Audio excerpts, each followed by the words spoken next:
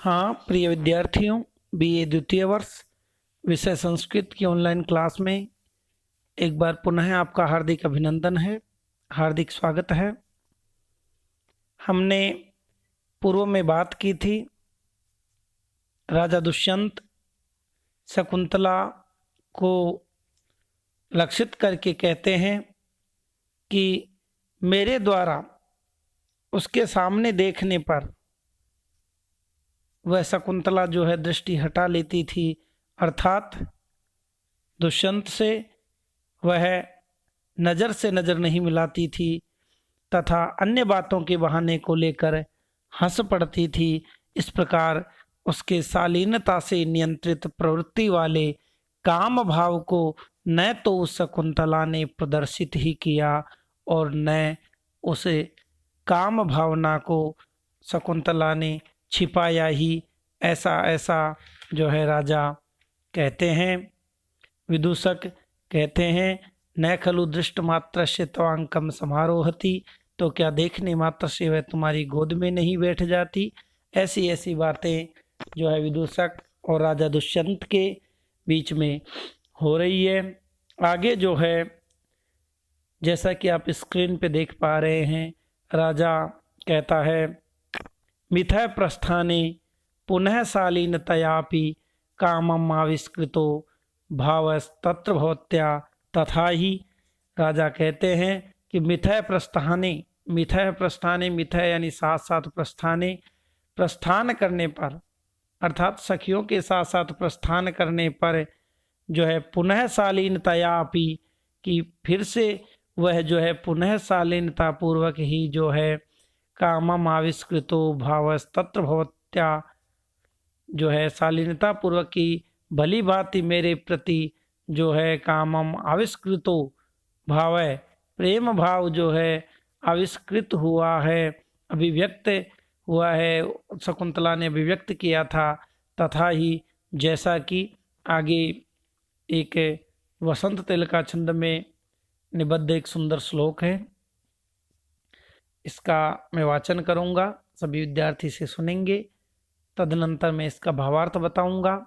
श्लोक है, दर्भांकुरेण चरणः क्षत इत्यकांडे तन्वी स्थिता कतिचिदेव पदानि गत्वा आसीद् विवृतवदना च विमोचयन्ति शाखासु वल्कलमसाक्तमपि द्रुमाणाम्।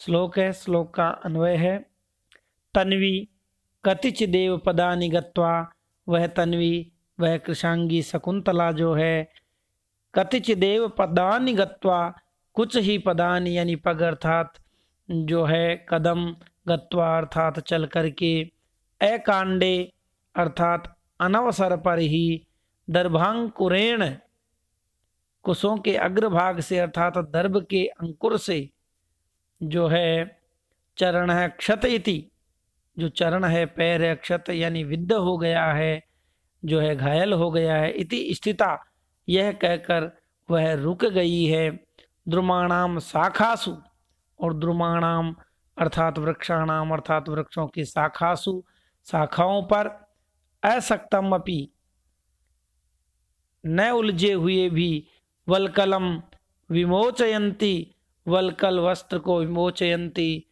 छुड़ाती हुई जो है, च विवृत वदना आसीत उस वलकल वस्त्र को जो है छुड़ाती हुई, ऐसा वलकल वस्त्र जो वृक्षों की शाखाओं पर उलझा भी नहीं था, परंतु बिना उलझे भी उस वलकल वस्त्र को छुड़ाती हुई जो है वह शकुंतला विवृत वदना आसीत, विवृत वदना अर्थात परांग मुख अर्थात पीछे की ओर मुख करके जो है आसीत थी, अर्थात मेरी तरफ स्थित हो गई थी, ऐसा यहाँ कहा गया है। तात्पर्य है कि वह कृशांगी शकुंतला, वह तन्वी शकुंतला कुछ ही कदम सखियों के साथ चल करके कुशों के अग्रभाग से अर्थात दर्भ के अग्रभाग से मेरा पैर विद्ध हो गया है, अर्थात पैर में कुशाग्र भाग चुभ गया है,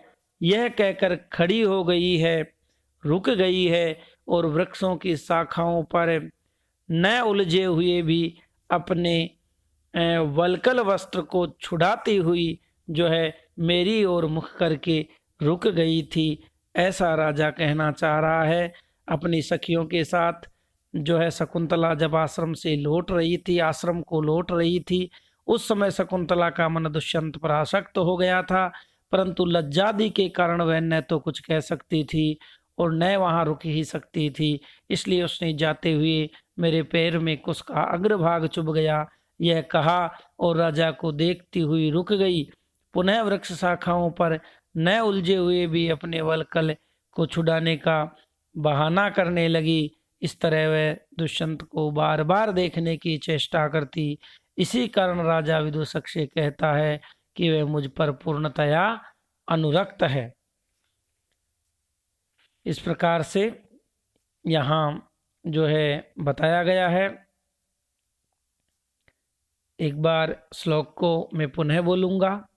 श्लोक है, दर्भांकुरेण चरण क्षत इत्यकांडे तन्वी स्थिता कतिचिदेव पदानि गत्वा आसीद् विवृतवदना च विमोचयन्ती शाखा सुवल्कलमसक्तमपि द्रुमाणाम्। इस प्रकार जो है श्लोक में बताया गया है। आगे जो है जैसा कि आप स्क्रीन पे देख पा रहे हो, विदूषक कहते हैं, तेन ही गृहीत पाथेयो भव, तब तो आप जो है गृहीत पाथेय बनो, पाथेय को ग्रहण करो अर्थात मार्ग का भोजन संबल आदि ग्रहण करो। कृतम त्वयोपवनम तपोवनम इति पश्यामि, कि आपने तो जो है इस तपोवन को कृतम त्वया उपवनम, आपने इस तपोवन को उपवन बना दिया है, आनंद का उद्यान बना दिया है। तपोवनम इति पश्यामि, आपने इस तपोवन को जो है उपवन बना दिया है, मैं ऐसा देख रहा हूँ। कृतम त्वयोपवनम तपोवनम इति पश्यामि, ऐसा मैं देख रहा हूँ, स्पष्टतया मुझे दिख रहा है कि आप तपोवन, ऐसा तपोवन जिसमें ऋषि कण्व अपने शिष्यों आदि के साथ, ऐसा तपोवन जिसमें तपस्या या तपश्चरण किया करते थे, उसको आपने उपवन बना दिया है, जिसमें नायक नायिका आदि विहार किया करते हैं। विरही जो है विरहिणियाँ विहार करती है, नायक नायिकाएं जहाँ विहार करती है, और जो है अपने जो है प्रेमासक्ति इनके जो है उस मध्य जो निमज्जन किया करते हैं, ऐसा आपने उस तपोवन को उपवन बना दिया है, ऐसा विदूषक कहते हैं। राजा कहते हैं, सखी मित्र तपस्वी भी कैश्चित परिज्ञातोस्मि, कुछ तपस्वियों ने मुझे जो है कैश्चित, तपस्वी भी कैश्चित कुछ तपस्वियों के द्वारा परिज्ञातोस्मि, मुझे पहचान लिया गया है, जान लिया गया। चिंतय तावत, तो सोचो कि जो है केनापदेशेन पुनराश्रम पदम गच्छामि, कि कुछ तपस्वियों ने मुझे पहचान लिया है, तो सोचो किस बहाने से हम पुनः आश्रम जा सकें। चिंतय तावत केनापदेशेन पुनराश्रम पदम गच्छामि है। तो विदूषक कहते हैं, को अपरो अपदेशो युष्माकम राज्ञाम, कि जो है आप जैसे राजाओं के लिए किसी अन्य बहाने की क्या आवश्यकता है। को अपरो अपदेशो युष्माकम राज्ञाम, आप जैसे राजाओं के लिए अपरो अपदेशो, दूसरा कोई बहाना जो है वो क्यों आवश्यक है, क्या आवश्यकता है। निवार षष्ठ भागम अस्माकम उपहरंतु इति, कि निवार अर्थात धन्य विशेष का छठा भाग अब हमें दो, तपस्वियों से आश्रम में जाकर यह कहो और इसी बहाने आश्रम में प्रवेश करो। कि निवार षष्ठ भागम अस्माकम उपहरंतु इति, निवार के छठे भाग को जो है अर्थात जो धन्य विशेष है उसके भाग को आप हमें दो, ऐसा कह करके आप आश्रम में प्रवेश करो। राजा कहते हैं, मूर्ख अन्य देव भाग धेयम इतेषाम रक्षणे निपतति यद रत्न राशिरपि विहाय अभिनंद्यम पश्य।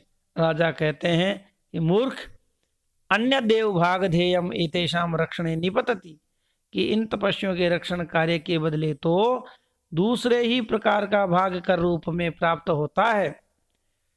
अन्य देव भाग्य धेयम एतेषाम रक्षणे निपतति यद रत्न राशि अपि विहाय अभिनंद्यम, जो रत्नों के ढेर से भी अधिक अभिनंदनीय है।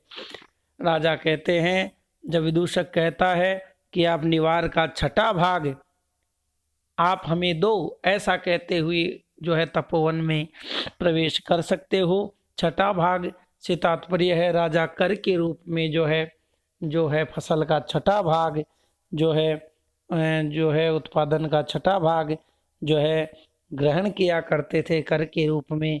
तो विदूषक कहता है कि आप इन तपस्वी जनों से भी निवार धान्य विशेष जो आश्रम में उत्पन्न हुआ करता है उसका छठा भाग आप कर के रूप में जिस प्रकार प्रजा से लिया करते हो उसी प्रकार आप इन तपस्वियों से भी ले सकते हो।